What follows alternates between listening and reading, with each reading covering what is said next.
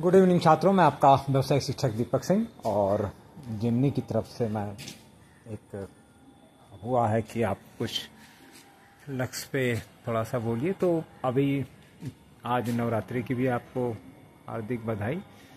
आज शाम का अभी तो 4 बज रहे हैं, 4-5 बजे मेला लगेगा।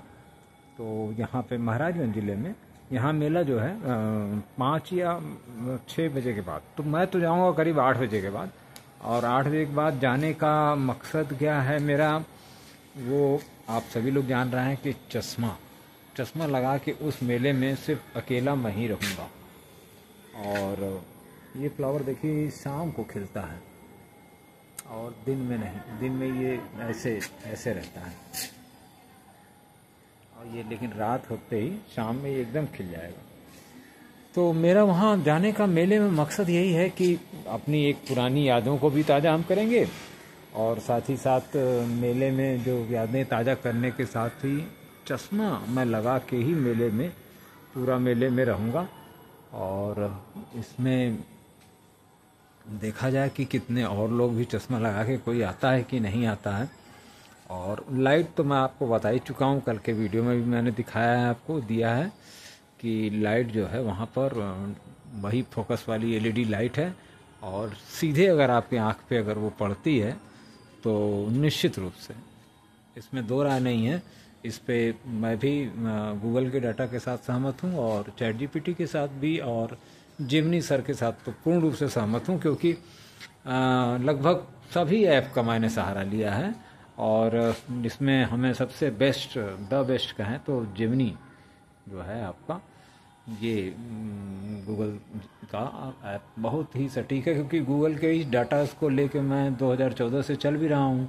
और करंट में अगर ध्यान से देखा जाए तो 2025 में भी, 2014 में भी और 2025 में भी गूगल के डाटा लगभग सेम है, मतलब कोई उसमें बदलाव नहीं है। रीडिंग लक्स वही है आपकी 500 और जो है आपकी हाई लक्स 40,000 50,000 में सन की जो आपकी 12 बजे होती है, वही डाटा है गूगल में। तो ये वीडियो मैं इसीलिए बना रहा था। देखिए आदमी की आवाज़ क्या होती है ना, आदमी का नाम तो रहता है, चला भी जाता है, बहुत सी चीज़ें ज़िंदगी में मिलती हैं और फिर वो गुम भी हो जाती हैं। इस पर एक छोटा सा गाना भी है और बड़ा सीरियस गाना है। गाना क्या है कि हम लोग अब टहलते हुए पढ़ेंगे भी, पढ़ाएंगे भी। आगे फिजिक्स का टॉपिक है आपका रहेगा और वो भी दिसंबर, अभी तो लक्स चल रहा है, उसके बाद राइस ऐश भी आएगा जो कि गाजीपुर में बायोमास थर्मल पावर प्लांट का एक वेस्ट है ये। और इस वेस्ट का यूटिलाइजेशन क्या होना चाहिए, ये अभी तक गाजीपुर में अभी तक इसका कोई प्रॉपर यूटिलाइजेशन नहीं है, जैसा कि गूगल कहता है। गूगल के उसमें जो लिखा हुआ है, जैसा गूगल बोलता है वैसा नहीं है, वैसा अभी कहीं हमने देखा नहीं कि कहीं है जो गूगल ने जैसा, मतलब गूगल में जैसा कहा गया है कि आप इस राइस ऐश जो कि सिलिकॉन ऑक्साइड है बेसिकली, तो सिलिकॉन ऑक्साइड का क्या यूटिलाइजेशन होता चाहिए।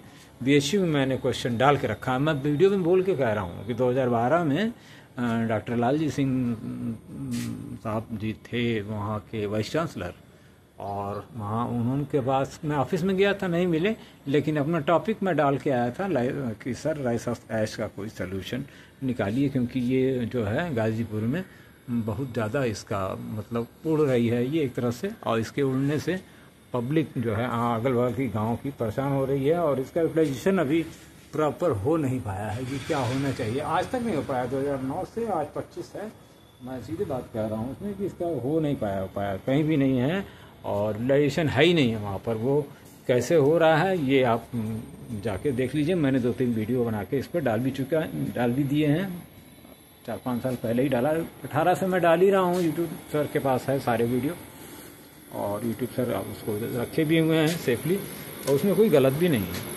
और उसमें ग्रामीणों की ही बात है, वो क्या कह रहे हैं, वो उससे परेशान है कि खुश हैं, वो अपनी जो बात कह रहे हैं वही मैंने डाला। मैं कोई मीडिया नहीं हूँ, लेकिन एज ए इंजीनियर अगर लोग की प्रॉब्लम देखता हूँ तो मन कर जाता है, क्योंकि आदमी नहीं उठाएगा बात। तो लक्स फॉर काऊ, जैसे मैंने टॉपिक को उठाया कि लक्स फॉर काऊ क्या होना चाहिए, तो लक्स फार काऊ में मैं आपको इन पेड़ पर सवेरे देखिए तितलियाँ आ ही जाती हैं, बुलाता हूँ मैं, सवेरे बुलाता हूँ, शाम को नहीं आएंगी। और इस समय आप उससे सिर्फ पढ़ाने की बात चल रही थी। आगे फिजिक्स का भी टॉपिक रेक्टिफिकेशन क्या है, अक्सर बोर्ड में पूछता है रेक्टिफिकेशन क्या है, और जो है इसकी एक half wave full wave rectifier बताइए। तो इसका सर्किट पर्पस एकदम टलते हुए आप समझिए कि बता सकते हैं। और जेमिनी सर से मेरी बात हुई है, उन्होंने कहा कि मैं आपके हर टॉपिक को कमेंट के रूप में दे दिया करूँगा, आप इजीली पढ़ाइए छात्रों को, जैसे आप क्लास में पढ़ाते हैं इसमें पढ़ाइए यूट्यूब पे। और जो है बाकी आपका उनको क्वेश्चन दिखाते भी रहिए समाज की चीज़ें। और साथ में आप रेक्टिफिकेशन, आप सोचिए रेक्टिफिकेशन क्या है, एसी को डीसी बनाना को हम रेक्टिफिकेशन कहते हैं। और ये करता कौन है, डायोड करता है। और सोचिए 1 नंबर का सवाल ये हर साल यूपी बोर्ड में आता है, व्हाट इज रेक्टिफिकेशन, एसी को डीसी बनाने को क्या कहते हैं, मतलब वही क्वेश्चन उलट के आ जाता है। तो फिजिक्स भी हम लोग पढ़ सकते हैं इससे। और साथ ही साथ मैं आपको फिर क्योंकि संगीत का और शिक्षा का दोनों में सरस्वती है। और मैं कोई देखिए पौधे अपने आप हिल रहे हैं, वो भी एक संगीत सुनने के लिए, इनका हिलना ऑटोमेटिक। ठीक है सर, मैं आपके ही पास आता हूँ, एक हल्का सा 4 लाइन छात्रों के लिए। देखो बेटा, नाम तो रह जाता है, चेहरा भी बदल जाता है और सब कुछ है, उसी पर एक छोटा सा है। नाम गुम जाएगा, चेहरा ये बदल जाएगा, हो नाम गुम जाएगा, चेहरा ये बदल जाएगा, मेरी आवाज़ ही पहचान है, घर याद रहे, ओ नाम गुम जाएगा, चेहरा ये बदल जाएगा,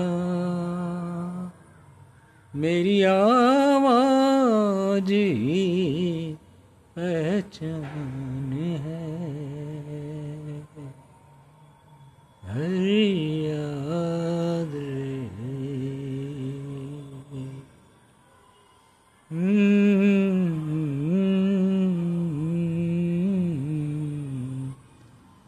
चेहरा ये बदल जाएगा, वक्त के सितम कम आसी नहीं, आज है यहाँ कल कहीं नहीं, वक्त के परे अगर मिल गए कहीं, मेरी आवाज़ ही पहचान है, हर याद रहे, ओ नाम गुम जाएगा, चेहरा ये बदल जाएगा, मेरी आवाज़ ही पहचान है, हर याद रहे, ओ नाम गुम जाएगा। प्लांट्स भी शांत हो गए, हिल रहे थे, हिलते हिलते शांत हो गए। आप लोगों ने देखा होगा प्लांट्स भी लिविंग हैं, और ये लिविंग थिंग्स है। ये क्लास 5 में भी आप लोगों ने पढ़ा होगा, और इसमें जिमनी का बहुत बहुत सहयोग है। मैं कमेंट्स में जिमनी का दूंगा कि उन्होंने कहा कि आप गाइए और पढ़ाइए, जैसे आप लक्ष्य को गा रहे हैं और वैसा ऐश के मुद्दे को उठा रहे हैं, उसी तरह से आप छोटे छोटे टॉपिक्स के माइक्रो टीचिंग करते रहे। जैसे अभी मैंने बताया आपको रेक्टिफिकेशन क्या है, रेक्टिफिकेशन साहब एसी को डीसी बनाने को हम रेक्टिफिकेशन कहते हैं। और ये एक डायोड करता है, मात्र 1 रुपये इसकी कीमत होती है और ये हर एलईडी बल्ब में लगा रहता है। डायोड एसी को डीसी बनाता है। आप एलईडी बल्ब को उठाइए, खोलिए, उसकी चिप्पी भी देखिए, काला काला एक दिखेगा, वही है आपका diode. It is the practical. और वो एक तरफ से धारा जाने देता है डायोड, दूसरी तरफ से नहीं जाने देता है। देखिए पौधे सब हंसने लगे और हिलने भी लगे, और इनका हिलना इसका मतलब कि नेचर आपके साथ है। Lux for cow is my mission and Gemini का सहयोग, बहुत बहुत धन्यवाद। Save the cow from high lux, many many thanks. इस वीडियो का यही कंटेंट भी है, save the life, save the cow from the high lux. और पौधों का हिलना इस बात का संकेत है कि ये वीडियो पोस्ट किया जाए। Many many thanks Gemini.